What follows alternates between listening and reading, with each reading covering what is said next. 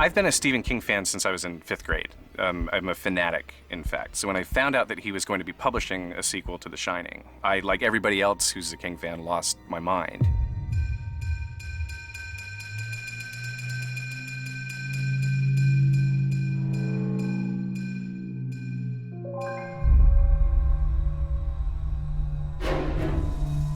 I always wondered what happened to Danny when he grew up.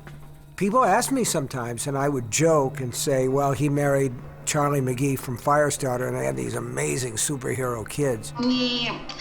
What's up, Doc? What's the bid? One of the things that I wanted to see was a man at the end of his rope, a man for whom the alcohol wasn't working anymore.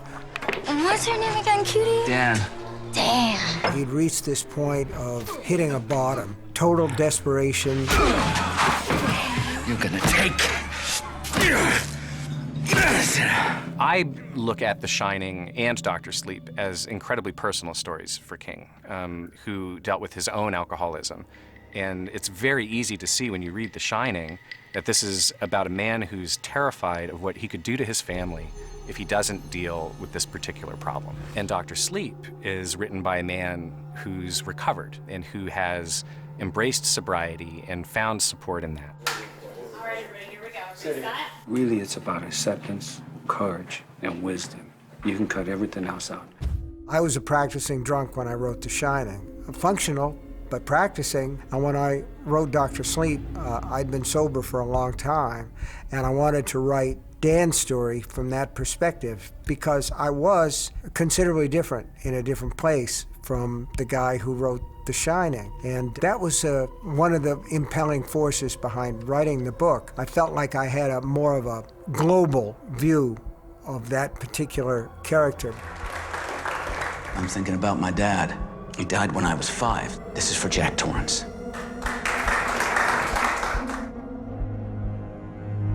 As a fan, I felt for a very long time there were two visions of The Shining that seemed to be in competition within the minds and hearts of a lot of fans. The Stephen King Shining and there was the Kubrick Shining. The two were very different things. I always felt that Kubrick's movie was chilly as the snow that surrounds the Overlook Hotel.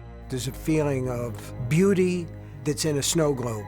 His movie ended in ice, and my book ended in fire.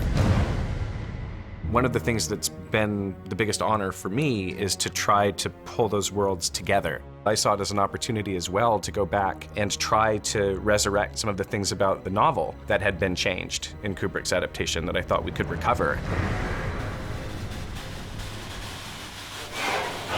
Mike has worked in a universe where some of the things that happened in the movie didn't happen in my book, and somehow has been able to make it work. In my book, Dick Halloran lives. Kubrick's movie, Halloran dies, and what Mike did was to bring him back as a ghost, which makes perfect sense in the context of the story. We got to keep the scenes as they were in the book. The only difference was at the end of the scene there'd be one cut where you couldn't see him anymore. Danny! There you are! Where did you go? The biggest change that we made was to the third act, which in the novel takes place on the campground that used to be the site of the Overlook Hotel. And so the pitch was, let's keep the hotel alive so that we can stage that final battle in the Overlook itself. And the trade-off is, we're changing the ending of Dr. Sleep, but we're changing it to be the ending of The Shining that King never got to see made.